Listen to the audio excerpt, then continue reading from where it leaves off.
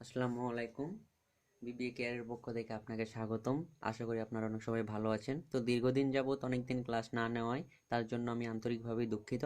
তো আজকে কথা না বাড়িয়ে সরাসরি আমরা ক্লাসে চলে যাব। তো চলুন ক্লাসটি শুরু করা যাক।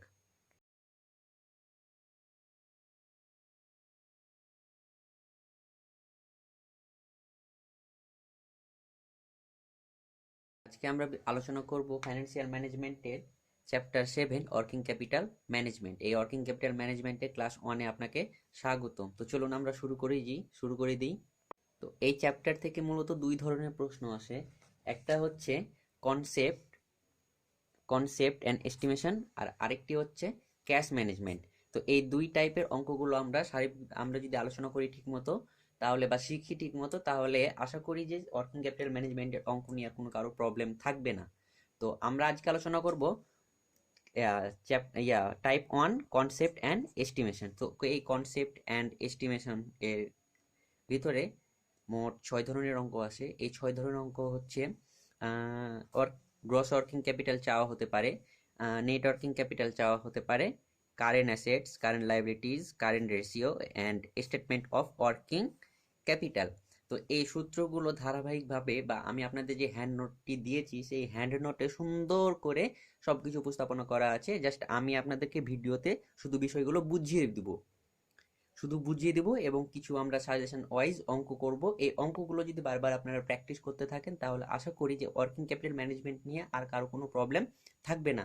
তো চলুন আমরা অঙ্কগুলো শুরু করার পূর্বে কিছু সূত্র নিয়ে আলোচনা করি। তো এই অধ্যায়ের অঙ্কগুলো মূলত যে আমরা ফরম্যাট 1 মানে কনসেপ্ট অ্যান্ড এস্টিমেশনের অঙ্কগুলো সাধারণত মানে একটি ছকের মাধ্যমে করতে হয়। কিন্তু এই ছকে অঙ্ক করার মাধ্যমে বা ছকে অঙ্ক করার পূর্বে কিছু ওয়ার্কিং করতে হয়। সেই ওয়ার্কিংগুলো কি কি হতে পারে, আমি আপনাদের যে নোটটি দিয়েছি নোটে উল্লেখ করা আছে, তারপরও আমি আপনাদেরকে একটু বলে দিচ্ছি। সেটা হচ্ছে আমাদের নির্ণয় করতে হতে পারে রিকোয়ার্ড অ্যামাউন্ট অফ র materials, required amount of working process. আমি আপনাদের নোটে সুন্দর করে 6 নাম্বার পয়েন্টে দেখবেন আপনারা যে ওয়ার্কিং প্রসেস কিভাবে নির্ণয় করতে হবে। এই ওয়ার্কিং প্রসেস বা রিকোয়ার্ড অ্যামাউন্ট, যে এই required amount of working process নির্ণয় করার সময় আমাদেরকে র মেটেরিয়াল, লেবার বা ওয়াজেস এবং ওভারহেড এই 3টা আইটেম যোগ করে আমাদেরকে ওয়ার্কিং প্রসেস আমাদের নির্ণয় করতে হয়। তারপরে আমাদের কি নির্ণয় করতে হয়, required amount of finish goods, বা এটাকে আমরা কস্ট অফ প্রোডাকশনও বলতে পারি। মানে এই যে ফিনিশড গুডস, এটাকে আমরা কস্ট অফ প্রোডাকশনও বলতে পারি। তারপর আছে কি ডেবটর্স, এই ডেবটর্সকে আমরা অ্যাকাউন্ট রিসিভেবল নামেও ডাকতে পারি। হ্যাঁ, ডেবটর্স বা অ্যাকাউন্ট রিসিভেবল একটাই জিনিস। যদি ডেবটর্স লেখেন তাও কোনো সমস্যা নাই, যদি অ্যাকাউন্ট রিসিভেবল লেখেন তাও কোনো সমস্যা নাই। তারপর আছে কি creditors of raw materials, direct labour বা ওয়াজেস এবং ওভারহেডস। মূলত এই 7টি আইটেম আমাদেরকে ক্যালকুলেশন বা ওয়ার্কিং করতে হয়। তো এই ওয়ার্কিং করতে হবে কিভাবে সেগুলো আমি আপনাদেরকে আলোচনা করি। বুঝতে পারছি না যে লেখাগুলো আপনারা বুঝতে পারছেন কি না, তবু আমার নোটটি তে সুন্দর করে সবকিছু উল্লেখ করা আছে। তো প্রথমে আমাদেরকে ইনভেস্টমেন্ট অফ র ম্যাটেরিয়ালস বা রিকোয়ার্ড অ্যামাউন্ট অফ র ম্যাটেরিয়ালস, এর যে প্রত্যেকটা সূত্র, যে 7টা আইটেম দিয়েছি 7টা আইটেম বের করার সূত্র কিন্তু সেম, কিন্তু এত বড় বড় সূত্র তো আমাদের মনে রাখা সম্ভব না। পরীক্ষার হলে গিয়ে তো আপনারা এত বড় বড় সূত্র মুখস্থ বা মনে রাখতে পারবেন না, প্রবলেম হবে না। তার জন্য এই যে নোটে যে 7টা সূত্র দেওয়া আছে, এই 7টা সূত্রে মুখস্থ না করে জাস্ট আমরা একটা মাত্র সূত্র আলোচনা করব। কি, জাস্ট একটা মাত্র সূত্র মনে রাখলে এই যে বাকি 1 2 3 4 5 6 7 এই 7টা যে আইটেমের সূত্র আছে, এই 7টা আইটেমের সূত্র আমাদের ক্লিয়ার হয়ে যাবে। জাস্ট একটা সূত্র মনে রাখবো। তো সেই সূত্রটা কি, তার আগে আমাদেরকে 8 নাম্বার যে সূত্রটা দেওয়া আছে কি, দেখেন নেট ওয়ার্কিং ক্যাপিটাল বা NWC। এই নেট ওয়ার্কিং ক্যাপিটাল বের করতে হবে কি, total current assets minus total current liabilities. Total total current assets থেকে আমরা টোটাল কারেন্ট লাইবিলিটিস বাদ দিলে আমরা কি পাবো, NWC অর্থাৎ নেট ওয়ার্কিং ক্যাপিটাল। তো এই যে 7টা সূত্র আছে, আইটেম আছে, 7টা আইটেমের সূত্র একটাই।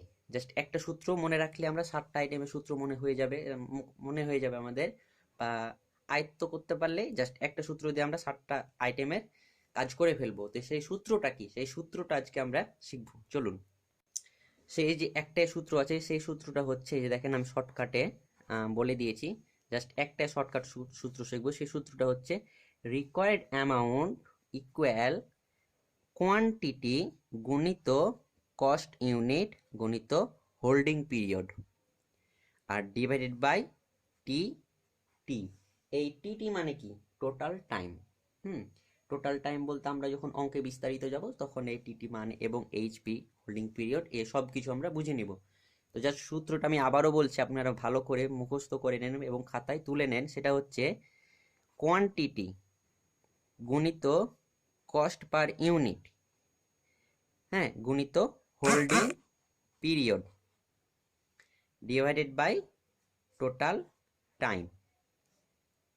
অথবা আপনারা এই যে ডিভাইডেড বাই না লিখে এভাবে লিখতে পারেন যে ইকুয়াল কোয়ান্টিটি গুণিত সিপিইউ অথবা কস্ট পার ইউনিট। এই সিপিইউ মানে হচ্ছে কস্ট পার ইউনিট গুণিত হোল্ডিং পিরিয়ড, দ্যাট লাস্টে ডিভাইডেড বাই টি টি মানে হচ্ছে টোটাল টাইম। তো এই ছিল সূত্র। এই সূত্রই হচ্ছে আমাদের মূল। আর আরেকটা ছক আছে, এই ছকটা হচ্ছে মূল। তাহলে আমরা এই যে শর্টকাটের সূত্র এবং আরেকটি যে ছক আছে এই ছক, এই দুইটা মিলে আমাদেরকে অঙ্ক করলে আমাদের অঙ্ক শেষ, বা এই অধ্যায়ের আর কোনো সূত্র নেই মুখস্থ করার মতো। তারপরে আর কিছু সূত্র আছে, সেগুলো নোটে উল্লেখ করা আছে সুন্দর করে। সেটা হচ্ছে যে গ্রস ওয়ার্কিং ক্যাপিটাল সমান current assets, net working capital সমান হচ্ছে কি যে total current assets minus total current liabilities. হ্যাঁ, আর কারেন্ট অ্যাসেটস কোনগুলো দেখি? Merchandise inventory, notes receivable, cash in hand, account receivable, এটা ক্যাশ হবে, সরি, ক্যাশ অ্যাট ব্যাংক।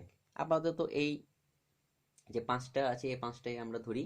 এবং কারেন্ট লাইবিলিটিস হচ্ছে notes payable, account payable, accrued expense, unearned revenue. এটি হচ্ছে কারেন্ট লাইবিলিটিস। তো এখানে আমি আপনাদেরকে একটা কথা বলে রাখি, হয়তো আমার ভাষাগত প্রবলেমের কারণে আপনাদের কথা বুঝতে অসুবিধা হতে পারে, তার জন্য আমি আন্তরিকভাবে দুঃখিত। আমি যথেষ্ট চেষ্টা করব আপনাদের সাথে শুদ্ধ ভাষায় কথা বলতে। তারপরেও যদি কোনো প্রবলেম হয় তাহলে হাসাহাসি করবেন না প্লিজ। বুঝতে পারছেন কি না বুঝতে পারছি না, তারপরও আমি যথেষ্টভাবে বোঝানোর চেষ্টা করছি। তো আমাদের যে স্টেটমেন্ট অফ ওয়ার্কিং ক্যাপিটাল, যে একটা ছক আছে নির্দিষ্ট, এই ছক হচ্ছে মেইন হোতা, মানে মেইন হচ্ছে এই ছক। এই ছকের মাধ্যমে আমাদের সব অঙ্ক করতে হবে। এই ছকটা আমরা একবার বুঝে নিই, চলেন। প্রথমে আমাদেরকে লিখতে হবে কি, এখানে কোম্পানির নাম দিবেন। এই যে এইটুকুতে কোম্পানির একটা নাম দিবেন, মানে যে কোম্পানির অঙ্ক করবেন ওই কোম্পানির নাম থাকবে। তারপরে কারেন্ট অ্যাসেটস, কারেন্ট অ্যাসেটের মধ্যে কি থাকবে? ইনভেন্টরি, র ম্যাটেরিয়ালস, মানে সরি ইনভেন্টরি না, র ম্যাটেরিয়ালস, হ্যাঁ। তারপরে থাকবে ওয়ার্কিং প্রসেস। ওয়ার্কিং প্রসেসটা কিভাবে করতে হবে? এই যে র ম্যাটেরিয়ালস আছে, ফ্যাক্টরি ওভারহেড এবং লেবার, এই তিনটা আইটেম যোগ করে আমাদেরকে বের করতে হবে ওয়ার্কিং প্রসেস, হ্যাঁ। তারপরে ফিনিশ গুডস, ডেবটর্স মানে যে account receivable, cash in hand, cash at bank, prepaid expense এবং অ্যাক্রুয়েড রেভিনিউ। এই ছয়টা আইটেম মূলত এই ওয়ার্কিং ক্যাপিটালের কারেন্ট অ্যাসেটসের মধ্যে বসে বা আসে। এই ছয়টা আইটেমের বাইরে তেমন কোনো আইটেম আসে না। এই ছয়টা আইটেম মনে রাখতে পারলেই এনাফ, যথেষ্ট, আর কোনো তেমন দরকার নাই। তারপরে আমরা যে টাকার পরিমাণগুলো যোগ করে পেয়ে যাব কি, এই যে টোটাল কারেন্ট অ্যাসেটস। তারপরে আছে কি কারেন্ট লাইবিলিটিস কোনগুলো? ক্রেডিটর্স অফ র materials, labour of wedges, overhead, administrative expense, selling expense, other expense, unearned revenue. এইগুলা হচ্ছে কি আমাদের কারেন্ট লাইবিলিটিসের মধ্যে। তো কারেন্ট লাইবিলিটিস যোগ করে আমরা কারেন্ট লাইবিলিটিস পেয়ে যাব টোটাল কারেন্ট লাইবিলিটিস। এখন এই যে টোটাল অ্যাসেটস, কারেন্ট অ্যাসেটস এবং টোটাল কারেন্ট লাইবিলিটিস, এই দুইটা যোগ করলে পাবো কি আমরা? Working capital. আর ওয়ার্কিং ক্যাপিটাল, এই যে working capital A minus B, মানে এইটা থেকে এইটা আমরা পাবো, সরি আমার একটু ভুল হয়েছে, এই কারেন্ট অ্যাসেটস থেকে current liabilities, total current assets থেকে টোটাল কারেন্ট লাইবিলিটিস বাদ দিলে পাবো কি আমরা? Working capital. এবং এর সাথে আমাদের যুক্ত করতে হবে কি? Safety margin or contingency. এই সেফটি মার্জিন বা কন্টিনজেন্সি প্রশ্নপত্রে উল্লেখ করা থাকবে। এইটা যোগ করে আমাদেরকে নেট ওয়ার্কিং ক্যাপিটাল বের করতে হবে। তো এই ছিল টোটাল একটা ছক। এই ছকের মাধ্যমে আমাদেরকে সব অঙ্কগুলো করতে হবে। তো আশা করি আপনারা ছকটা বুঝতে পেরেছেন। যদি না বুঝতে পারেন তাহলে আমাকে অবশ্যই মেসেঞ্জারে ইনবক্স করবেন, আমি আপনাদের প্রশ্নের উত্তর দেওয়ার চেষ্টা করব বা আমি আবার আপনাদের বুঝিয়ে দেওয়ার চেষ্টা করব। তো আমরা তো সবকিছু শিখে নিলাম, এখন আমরা কি করব, অঙ্কে চলে যাব। হ্যাঁ, তো চলুন আমরা অঙ্কে যাই।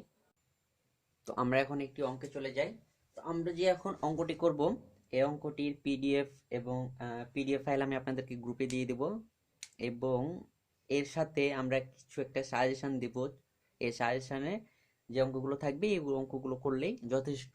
হুম, তো এবং আমি জাস্ট এখানে আপনাদেরকে বুঝিয়ে দিচ্ছি ভিডিওতে, আপনারা এখানে বুঝে নেন, এবং সাথে আপনাদেরকে কালকে বা পরশুদিন একটা পিডিএফ দেবো। পিডিএফে শুধুমাত্র সলিউশন বাদে অঙ্ক থাকবে, শুধুমাত্র অঙ্ক থাকবে, সলিউশন পরে দেওয়া হবে কিছুদিন পরে। আপনারা একে একে চেষ্টা করবেন, এবং সলিউশন দেখার পর আপনারা আপনাদের যেখানে প্রবলেম সেটা আপনারা ফাইন্ড আউট করবেন।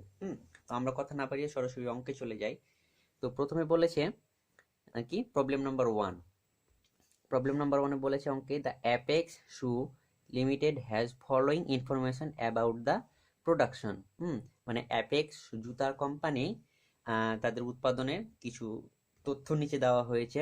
তো কি কি দেওয়া আছে দেখেন, র মেটেরিয়ালস দেওয়া আছে 200 পার ইউনিট, ডিরেক্ট লেবার দেওয়া আছে 80 টাকা পার ইউনিট, ওভারহেড দেওয়া আছে 150 টাকা পার ইউনিট। তাহলে আমাদের এখানে টোটাল কস্ট হচ্ছে কি 430 টাকা, এবং প্রফিট পেয়েছি আমরা 70 টাকা পার ইউনিট। তাহলে আমাদের সেলিংস প্রাইস হচ্ছে কি 500 টাকা পার ইউনিট, মানে একক প্রতি বিক্রয় ব্যয় হচ্ছে কি 500 টাকা। এবং সাথে কিছু অতিরিক্ত তথ্য দেওয়া আছে, ওই অতিরিক্ত তথ্যগুলোই হচ্ছে মেন। এই অতিরিক্ত তথ্যগুলোর মধ্যে দিয়ে আমাদের অঙ্ক করতে হবে। তো প্রথমে কি দেওয়া আছে দেখেন, যে স্টক অফ র ম্যাটেরিয়ালস অ্যাভারেজ অন মান্থ। মানে এই যে র ম্যাটেরিয়ালস আছে না, এই র ম্যাটেরিয়ালসের স্টক করা আছে 1 মাসের মতো, মানে 1 মাসের যে উৎপাদন হয়, এই 1 মাসের যে পরিমাণ উৎপাদন হবে সেই পরিমাণের র ম্যাটেরিয়ালস আমাদের স্টক করা আছে। আর ওয়ার্ক ইন প্রসেস 20 দিন। তারপরে 3 নম্বরে দেওয়া আছে কি, stock of finish goods on month. Credit allowed by suppliers 45 days, credit allowed by debtors 16 days, 60 মানে 60 days, lag of payment wages 15 days। 7 নম্বরে আছে কি, lag of payment in overhead, এই যে একটাতে ওয়াজেস দেওয়া আছে 15 days এবং ওভারহেডে দেওয়া আছে 30 days। তারপরে বলেছে কি, cash sales 25% and credit sales 75%, মানে নগদে বিক্রয় করেছে 25% এবং ধারে বিক্রয় করেছে 75%। Cash in hands and cash at bank 90,000 টাকা। এবং প্রশ্নে বলা হয়েছে কি দেখেন, you are required to determine working capital requirement of the company for 1,50,000 units. মানে আমাদের যে তথ্যগুলো দেওয়া আছে, এই যে প্রথমে যে প্রশ্নের তথ্যগুলো দেওয়া আছে এগুলো কিন্তু 1 ইউনিটের তথ্য দেওয়া আছে। এই যে raw materials 200, direct labour 80, overhead 150, এবং আমাদেরকে বের করতে বলা হয়েছে 1,50,000 ইউনিটের, মানে 1,50,000 ইউনিটের আমাদেরকে কাজ করতে হবে। তো আমরা কথা না বাড়িয়ে সরাসরি অঙ্কে চলে যাই, কারণ যত কথা বলবো ভিডিওটা তত বড় হবে। এবং সর্বশেষে বলেছে কি, অ্যাজুম দ্য ওয়ার্কিং প্রসেস, এই যে 60% অফ অল আইটেমস। এইখানে যে 60% দেওয়া আছে না, এটা আপনাদের কিভাবে বুঝবেন না, তো এইটা হচ্ছে আমার এইটাকে ধরবো আমরা কি, কমপ্লিটেশন স্টেজ।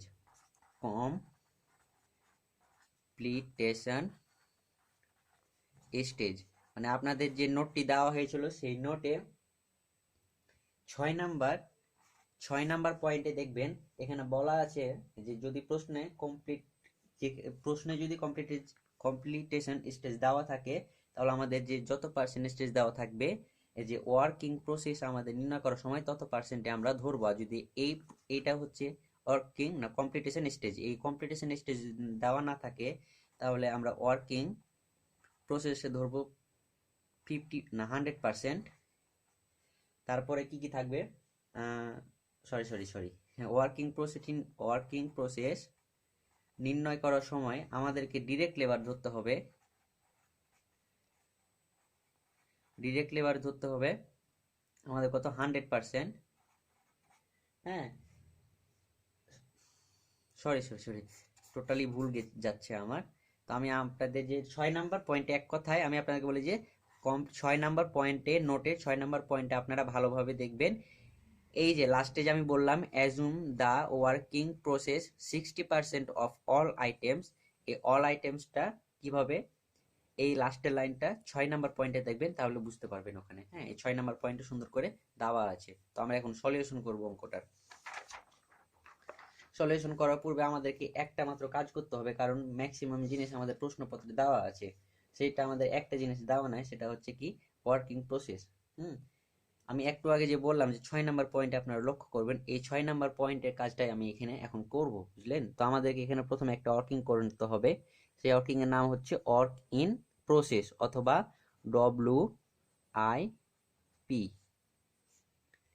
হ্যাঁ, তো ওয়ার্কিং প্রসেস WIP এর কাজ, প্রথমে আমাদের কি করতে হয়, র ম্যাটেরিয়ালস আমাদের প্রশ্নপত্রে কত ইউনিট পার ইউনিট দেওয়া আছে, 200 টাকা পার ইউনিট দেওয়া আছে। হ্যাঁ, এবং 6 নাম্বারে আমাদের কমপ্লিটেশন, মানে 6 নাম্বার পয়েন্টে দেখেন কমপ্লিটেশন স্টেজের যে একটা রুলস আছে, সেই রুলসে এখানে আমাদের প্রশ্নপত্রে দেওয়া আছে কমপ্লিটেশন স্টেজ কত, 60%। কারণ এই যে এখানে আমাদেরকে বুঝতে হবে এটাই যে ওয়ার্কিং প্রসেস 60% দেওয়া আছে এখানে প্রশ্নপত্রে। এখানে ঘিজিমিজি হয়ে গেলেও প্রবলেম নয়, আমি আপনাদেরকে কালকে একটা পিডিএফ দেবো, সেই পিডিএফে সুন্দর করে দেওয়া থাকবে। এই 60%টাই আমাদেরকে সব আইটেমে ধরতে হবে। তাহলে র মেটেরিয়ালস দেওয়া আছে 200 টাকা পার ইউনিট, আর কম্পিটিশন স্টেজ হচ্ছে 60%। তাহলে 200কে 60% গুণ 60 দ্বারা গুণ করলে এবং 100 দ্বারা ভাগ করলে আসে আমাদের 120 টাকা। ডিরেক্ট লেবার প্রশ্নপত্রে দেওয়া আছে 80 টাকা পার ইউনিট এবং 60% করলে হয় 48 টাকা। এবং ওভারহেড দেওয়া আছে আমাদের কত, 150 টাকা পার ইউনিট, এবং কম্পিটিশন স্টেজ হচ্ছে 60%। তাহলে 150কে 60% করলে হয় 90 টাকা। এই তিনটা আইটেম যোগ করলে হয় আমাদের 258 টাকা। 258 টাকা হচ্ছে আমাদের কি এই ওয়ার্কিং প্রসেস অথবা WIP। এই হলো আমাদের ক্যালকুলেশন চলে গেল। এখন আমরা করব কি, সরাসরি ছকে চলে যাব। ছকের মাধ্যমে অঙ্কটা করলে এই অঙ্কটা ক্লিয়ার হয়ে যাবে। তো প্রথমে আমাদেরকে ছক করতে হবে। আমরা কোম্পানির নাম দিয়েছি অ্যাপেক্সু লিমিটেড। তারপরে কি লিখবো, আমাদের স্টেটমেন্ট অফ ওয়ার্কিং ক্যাপিটাল। এই দুইটা লাইনের জন্য 1 মার্ক কেটে নিতে পারে শিক্ষকরা, তাই এই দুইটা লাইন দিতে কখনো ভুলবেন না। তো আমাদের ছক চিরচেনা পরিচিত ছক, পার্টিকুলার্স, টাকা, তিনটা আইটেম। তো প্রথমে আমাদেরকে কি লিখবো, আমরা কারেন্ট অ্যাসেটস। এই যে কারেন্ট অ্যাসেটস এর মধ্যে কি কি আছে প্রশ্নপত্রে, প্রথমেই দুনিয়া ওলটপালট হয়ে গেলেও প্রথমে যে জিনিসটা কখনোই মিস যাবে না সেটা হচ্ছে র মেটেরিয়ালস। এই র মেটেরিয়ালসটা কখনোই মিস যাবে না, দুনিয়া ওলটপালট হয়ে গেলেও মিস যাবে না। তো র মেটেরিয়ালস আমাদের এখানে ভালোভাবে লক্ষ্য করুন। হ্যাঁ, এই জিনিসটা বুঝতে পারলে কেল্লা ফতে, আর কোনো কিছু দরকার নাই। আমাদের 200 টাকা, এই 200 টাকা কি, 200 টাকা হচ্ছে আমাদের যে প্রশ্নপত্রে পার ইউনিট। হ্যাঁ, কস্ট পার ইউনিট দেওয়া আছে কত, 200 টাকা, এই জন্য আমরা এখানে 200 লিখেছি। তারপরে গণিত 1,50,000। এই 1,50,000 কেন লিখলাম, এই 1,50,000 হচ্ছে মানে আমাদের এই 1,50,000 ইউনিট নিয়ে কাজ করতে বলা হয়েছে প্রশ্নপত্রে। এই 1,50,000 ইউনিট নিয়ে আমরা কাজ করছি। গণিত এই 30টা মানে কি, এই যেখানে 30 লেখা আছে, 30টা হচ্ছে কি হোল্ডিং টাইম। মানে প্রশ্নপত্রে এখানে দেওয়া আছে দেখেন যে stock of raw materials average 1 month মানে 1 মাস। আমরা জানি 1 মাস সমান 30 দিন, কিন্তু আমরা 1 মাস না লিখে 30 দিন কেন লিখলাম, এখানে মান্থের জায়গাতে ডেজ কেন লিখলাম? কারণ নোটে সুন্দর করে বলে দেওয়া আছে কি জানেন, আপনারা ভালো করে পড়বেন নোটটা, যে প্রশ্নপত্রে সকল আইটেমের মধ্যে যে আইটেমটা সব থেকে ছোট সেইটা নিয়ে আমরা কাজ করব। এই নোটের আপনাদের 4 নাম্বার আইটেমে দেখবেন, হ্যাঁ সুন্দর করে লেখা আছে ওখানে, এখানে যে ডেজ একক আছে, এখানে মান্থ একক আছে। তাহলে মান্থ এবং ডেজ এই দুইটার মধ্যে আমাদের কি ছোট? অবশ্যই ডেজ, মানে দিনের একক। দিন সব থেকে ছোট, মাসের থেকে দিন ছোট, যার কারণে আমরা সকল আইটেমে ডেজ নিয়ে কাজ করব। তাহলে এক মাস সমান কত? আমরা 30 দিন। এই 30 দিন নিয়ে এই জন্য আমরা এখানে 30 বসিয়েছি, এক মাস না লিখে। এটাই হচ্ছে এই অঙ্কের মূল হোতা। আশা করি বুঝতে পেরেছেন। আমি আবারও বুঝিয়ে দিচ্ছি আপনাদেরকে, আপনারা ভালোভাবে লক্ষ্য করুন। আমাদের সূত্র কি ছিল? রিকোয়ার্ড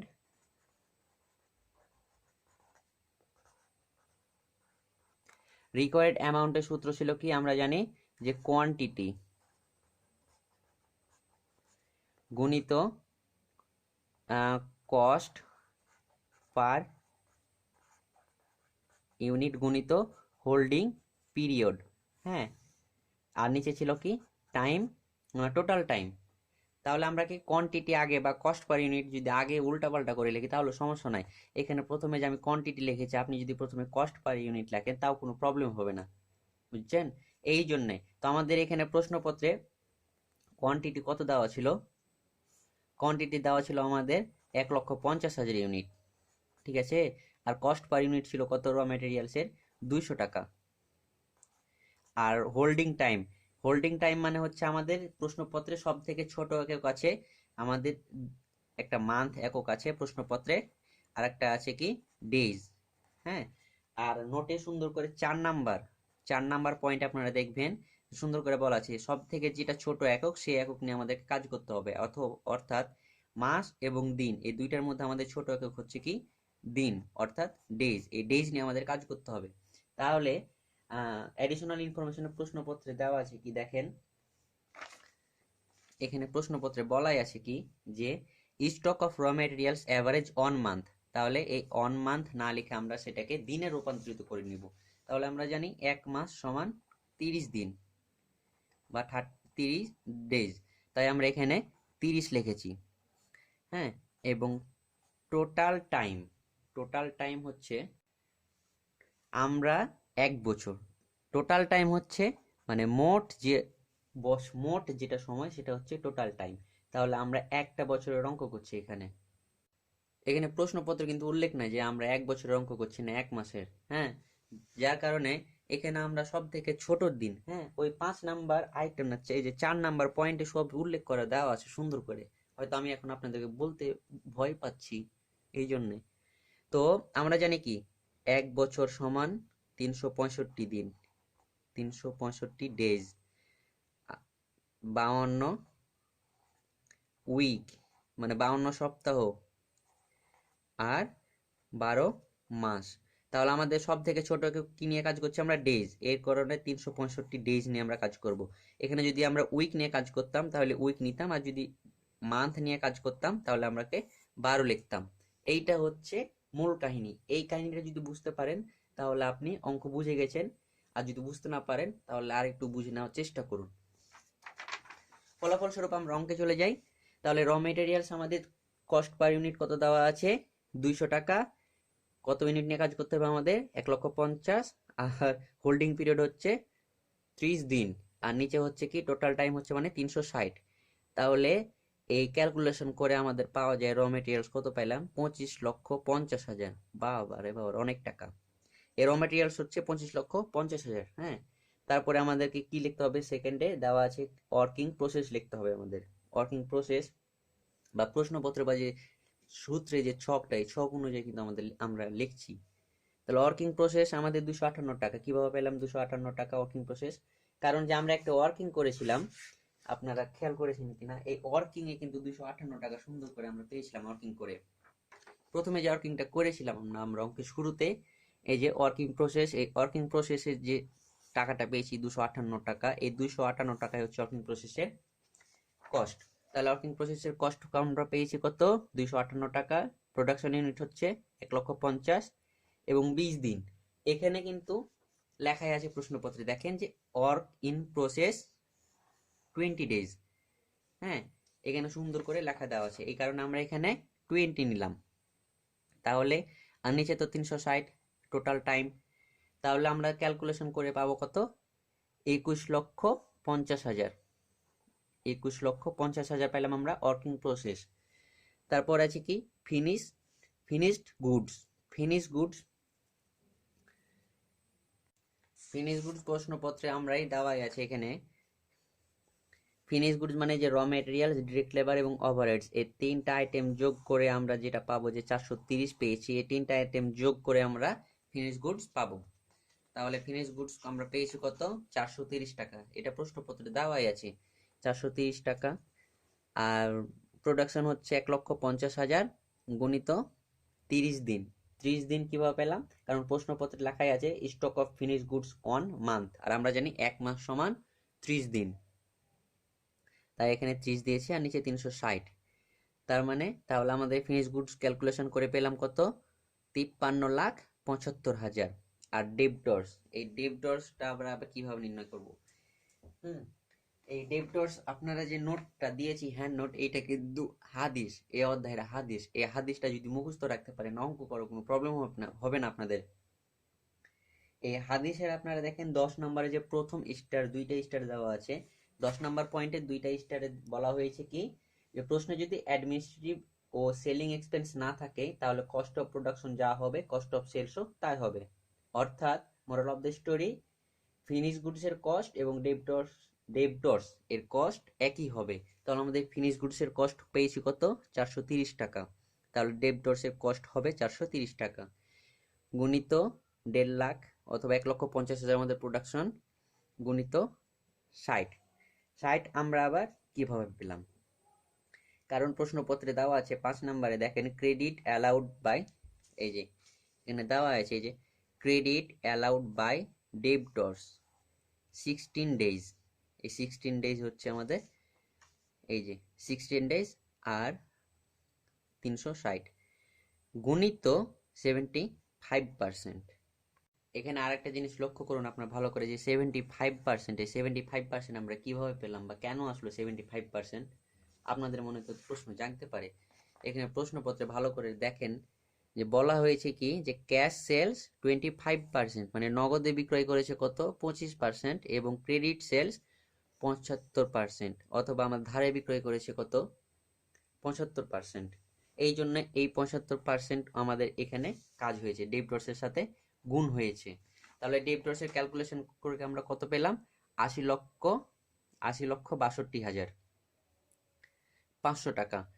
আচ্ছা, আর আরেকটা আইটেম যোগ হবে কি, যে cash in hand and bank. Cash in hand and bank, এই আইটেমটা আমাদের যোগ হবে। এইটা প্রশ্নপত্র সব লাস্টে বলা হয়েছে, যে ক্যাশ ইন, এই যে cash in hand and cash at bank কত? 90,000 টাকা। তাই cash in hand and cash at bank আমরা 90,000 টাকা যোগ করে নিলাম। তাহলে আমাদের টোটাল কারেন্ট অ্যাসেটস পাইলাম কি কি? Raw materials, working process, finish goods, debtors এবং cash in hand and bank. তাহলে আমাদের টোটাল কারেন্ট অ্যাসেটস হলো 1,81,77,500। বাপরে বাপ, 1,81,77,500। এত টাকা আমাকে দিলাম, নিশ্চিত বিদেশ চলে যেতাম। এটা পেলাম আমরা কি? Total current assets. এখন টোটাল কারেন্ট লাইবিলিটিসটা ব্যবহার করবো, মানে আমরা কারেন্ট লাইবিলিটিসটা এখন বের করব। কারেন্ট লাইবিলিটিস কি কি আছে? প্রথমে আছে ক্রেডিটর্স অফ র মেটেরিয়ালস। শুধু আমি এখানে ক্রেডিটর্স লিখেছি জায়গা স্বল্পতার কারণে। তো ক্রেডিটর্সে আমাদেরকে যেটা করতে হয়, ক্রেডিটর্সের অফ র মেটেরিয়ালস, মানে যে র মেটেরিয়ালসের যে টাকাটা থাকবে পার ইউনিট, সেটাই আমাদেরকে নিয়ে কাজ করতে হবে। তাহলে 200 গুণিত 1,50,000 গুণিত এখানে 45। এখানে 45 কেন পেলাম আমরা? কারণ প্রশ্নপত্রে বলাই হয়েছে credit allowed by suppliers. Credit allowed by suppliers, এটাই হচ্ছে আমাদের ক্রেডিটর্স অফ র মেটেরিয়ালস। এখানে প্রশ্নপত্রে 4 নাম্বার পয়েন্টে দেখবেন credit allowed by suppliers 45 days, এজন্য আমরা এখানে 45 লিখেছি, ভাগ 360। মানে আপনারা যদি এইভাবে সরাসরি লেখেন, উপর নিচ ভাগ না করে, তাও হবে, কোনো সমস্যা নাই। পেলাম আমরা 37,50,000। ডিউ ওয়াজেস, এইটা নিয়ে আপনাদের ভয় পাওয়ার কোনো কারণ নেই। এখানে ডিউ ওয়াজেস বা লেবার একই কথায়, আমি এখানে লেবার না লিখে ডিউ ওয়াজেস লিখেছি। আপনারা তো মনে করেন যে ডিউ ওয়াজেস আবার কি জিনিস, কোত্থেকে আসলো? আমি লেবারের পরিবর্তে ডিউ ওয়াজেস লিখেছি, বা লেবার লিখলেও কোনো প্রবলেম হতো না আপনাদের। তো ডিউ ওয়াজেস এখানে প্রশ্নপত্রে লেবার দেওয়াই আছে, ডিরেক্ট লেবার।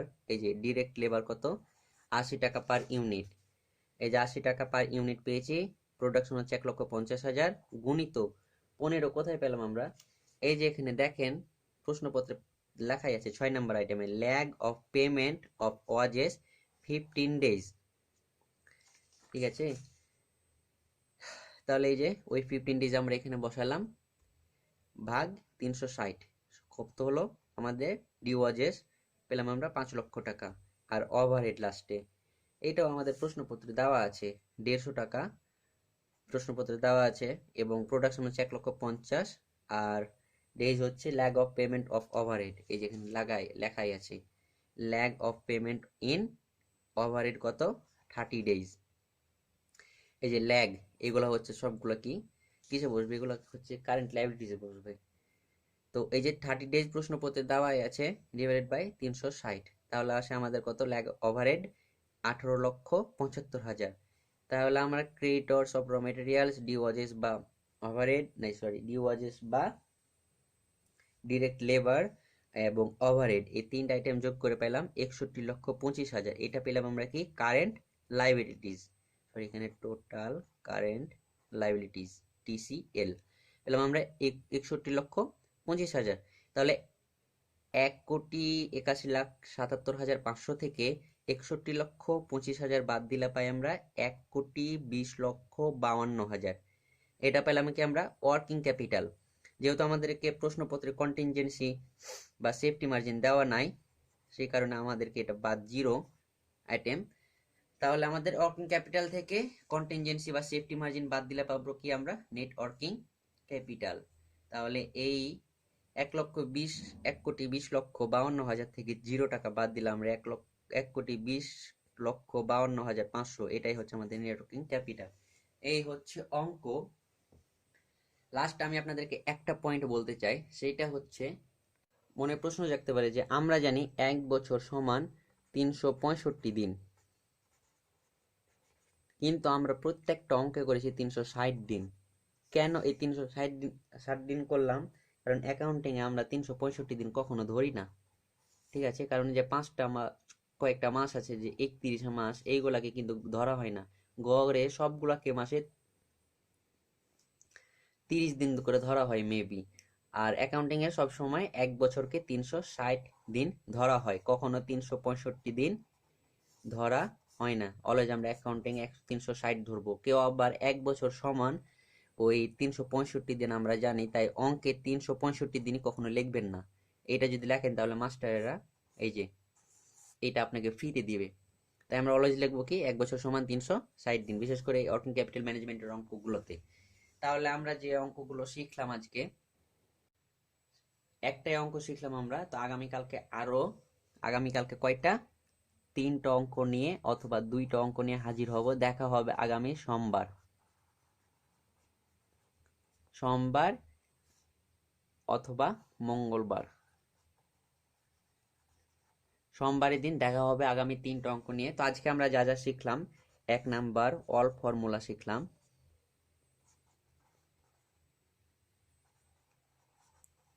2 নাম্বারে শিখলাম কি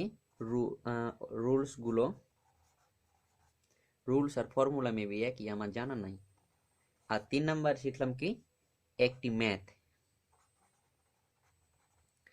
একটা ম্যাথ শিখলাম। এই অধ্যায়ে টোটাল আমরা 12টা থেকে 14টা অঙ্ক করবো। 12টা থেকে 14টা অঙ্ক করলে আপনাদের এই অধ্যায়ে কোনো প্রবলেম নাই। তারপরে আমরা ফরম্যাট 2 এ চলে যাব। তো এই ছিল অঙ্ক। আশা করি আপনাদের যদি অঙ্কটি ভালো লাগে এবং আপনারা যদি বুঝতে পারেন সবকিছু, তাহলে আপনাদের কাছ থেকে একটি মাত্র চাওয়া, সেটি হচ্ছে আমার চ্যানেলটাতে সাবস্ক্রাইব করবেন, লাইক করবেন, শেয়ার করবেন, আর একটা সুন্দর করে কমেন্ট করে দিবেন। আর কিছু নাই। দেখা হবে আগামী ক্লাসে। আসসালামু আলাইকুম।